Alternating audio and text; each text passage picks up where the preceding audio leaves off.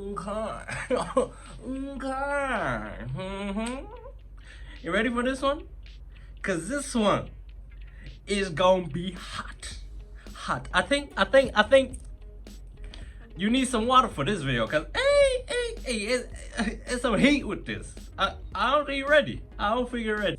So in this one, we are going deep into the '08 financial crisis, and I want to do a little something different with this video. I don't want to just talk about some subprime lending, subprime mortgages, and all that. I want to go a little deeper. Just a little deeper. You get me? So in this one, we are talking about fault lines, right?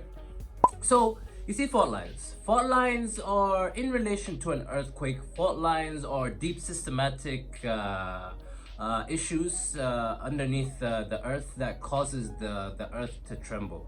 Imagine the financial crisis as an earthquake. The reason behind the earth trembling and structures falling has more to do with the bigger factors as opposed to individuals. At the peak of the crisis, these fault lines gave way. And the thing is, they've been lurking beneath the surface for a while, for a minute. And these fault lines were prevalent throughout the entire world and not just the US as most people make it out to be. So one fault line was the introduction of cheap loans by the banks and politicians. Damn politicians.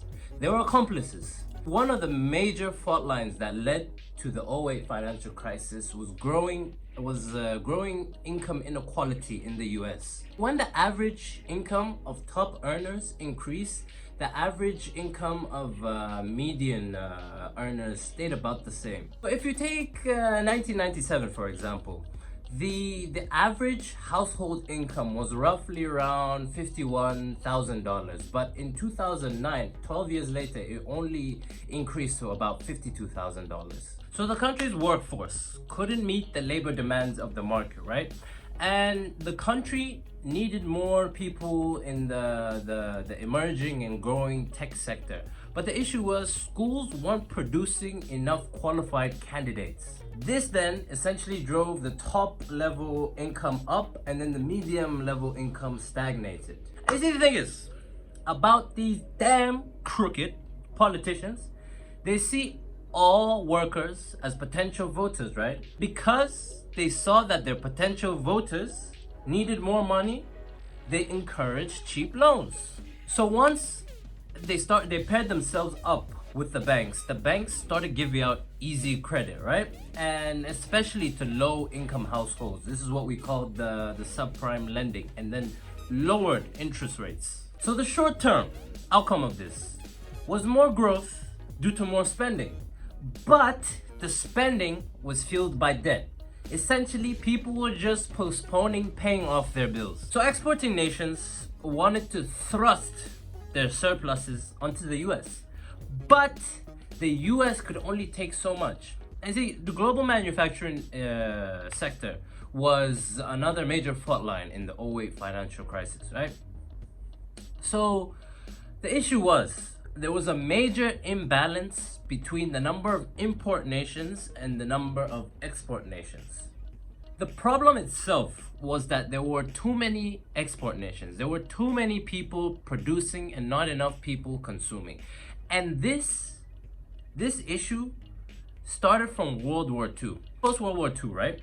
Both the economies of Germany and Japan were in shambles. Or an absolute shambles, right? Not just the economies, but both the infrastructure as well. So they needed to come up with a strategy in order to help repair all the damage that was done during World War II, right? Which means they started focusing on production to produce what they could and then sell it to more wealthier nations like the US. And as production grew, their profits grew and they ended up becoming more wealthier. So both Germany and Japan, with this framework, they set an example for other nations to use, like China and India. These nations, right? They could use their cheap labor to produce goods competitively and then essentially become exporters as well. So these nations, eventually started to develop more surpluses, and with the surpluses they wanted to invest them. The thing is, following the financial crisis in Asia in 1997, the investors were a bit wary due to the lack of transparency of the financial system. So this meant instead of the money going into Asia, it flowed to the US instead. And at this point, the country was already overstimulated and people were consuming way more than they should have. While the rest of the world wasn't consuming enough and wasn't getting enough global stimulus to help correct that imbalance. So the US was given the burden of global growth by absorbing all the exporting nations' goods, and on top of that, the investment capital. Low interest caused a boom in cheap mortgages, and as a result, overheated the housing market. So the thing was, at this time, right, the global economies, the world's economies, needed the US economy to stimulate growth. And in order to be able to do that, US citizens had to keep consuming and buying, right? But you need money to keep consuming and buying, right? And where does your money usually come from? From jobs. And at that time, there were hardly any. So after the recession of 1991, recoveries usually took the shape of so-called jobless recoveries. So usually both growth and production came back strongly, but jobs didn't. After the recession of 1991, production came back after about 3 quarters, and in 2001 production came back after about 1 quarter. But jobs, on the other hand, in 1991 took 2 years to recover, and in 2001 took about 3 years to recover. Job creation and loss is a major issue for the Federal Reserve Bank because they're tasked with ensuring that there's high employment, right? And they usually do this by controlling interest rates and preferably, if possible, reduce interest rates so that will entice businesses to invest. So after the crisis, politicians were also in favor of keeping interest rates low because they were under pressure to create more jobs. And this message was made clear to the Federal Reserve. And no central banker in their right mind would have raised interest rates because unemployment was horribly low. But you see, low interest rates is also a problem for the Fed because their other responsibility is keeping prices stable and preventing both inflation and deflation.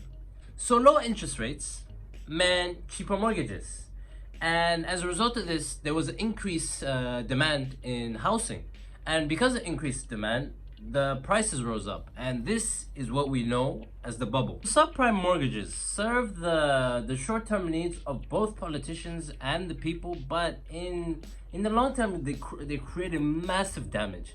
So you see, with one specific fault line, if there's one fault line, that could be a potential threat, but with the convergence of so many, that brings on a full crisis like we saw in the 2008 crisis. So the introduction of subprime mortgages was a key sign in the coming crash. And these subprime mortgages were especially designed for people with bad credit. And not just that, they also had insanely high interest rates in them. So subprime lending was both promoted by the Democrats and the Republicans, and they saw it as a solution to solve the country's stagnant pay and low unemployment. So the way the thinking went was that even though income isn't increasing, people can buy a home, and that's great, right? Yet, spending was just based on high levels of debt.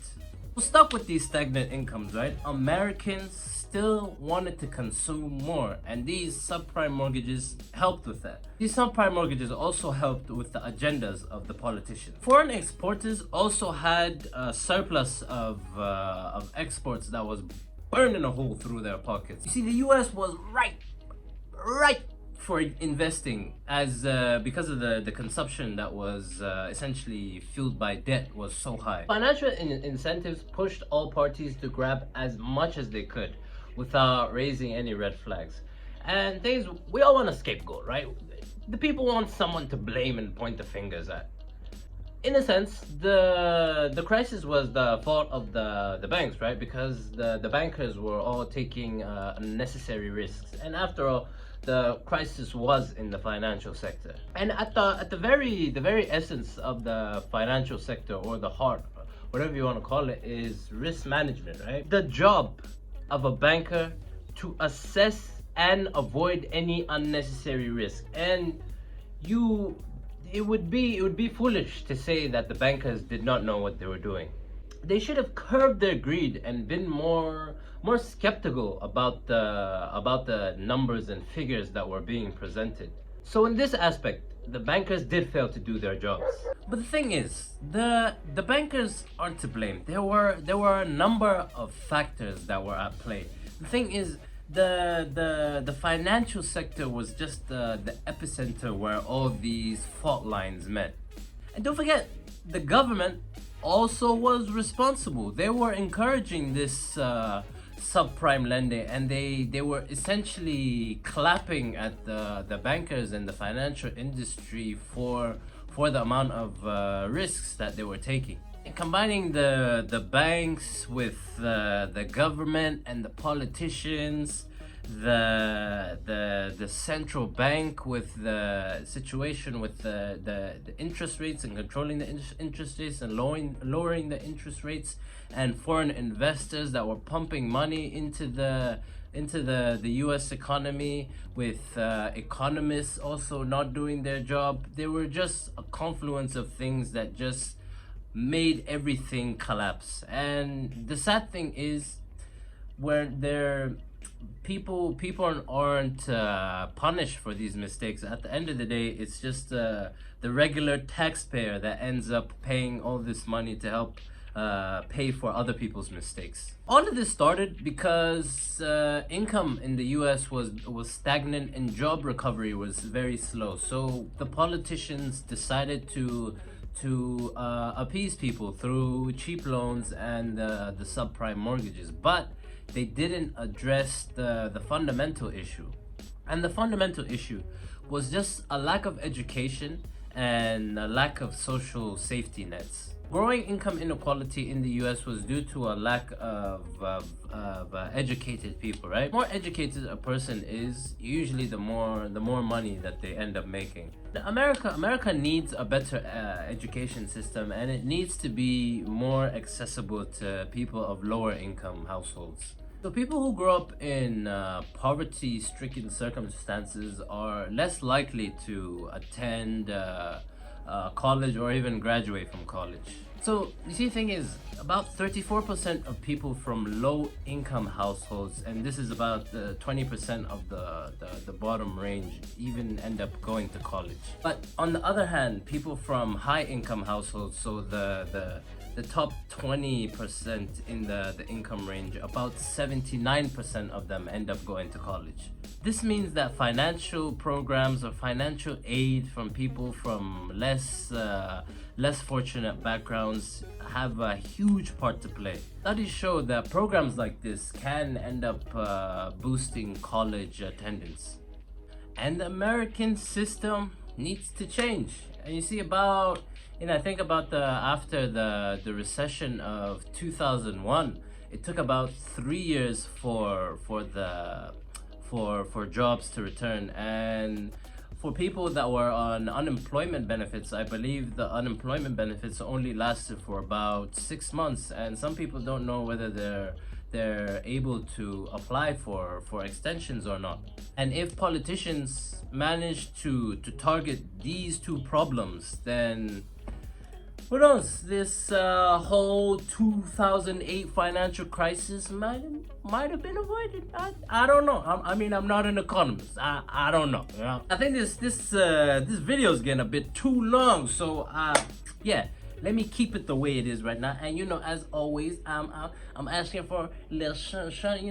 Hit that like button. Subscribe, comment, share. Let me know your thoughts, opinions, and all that. Yeah. So, until next time.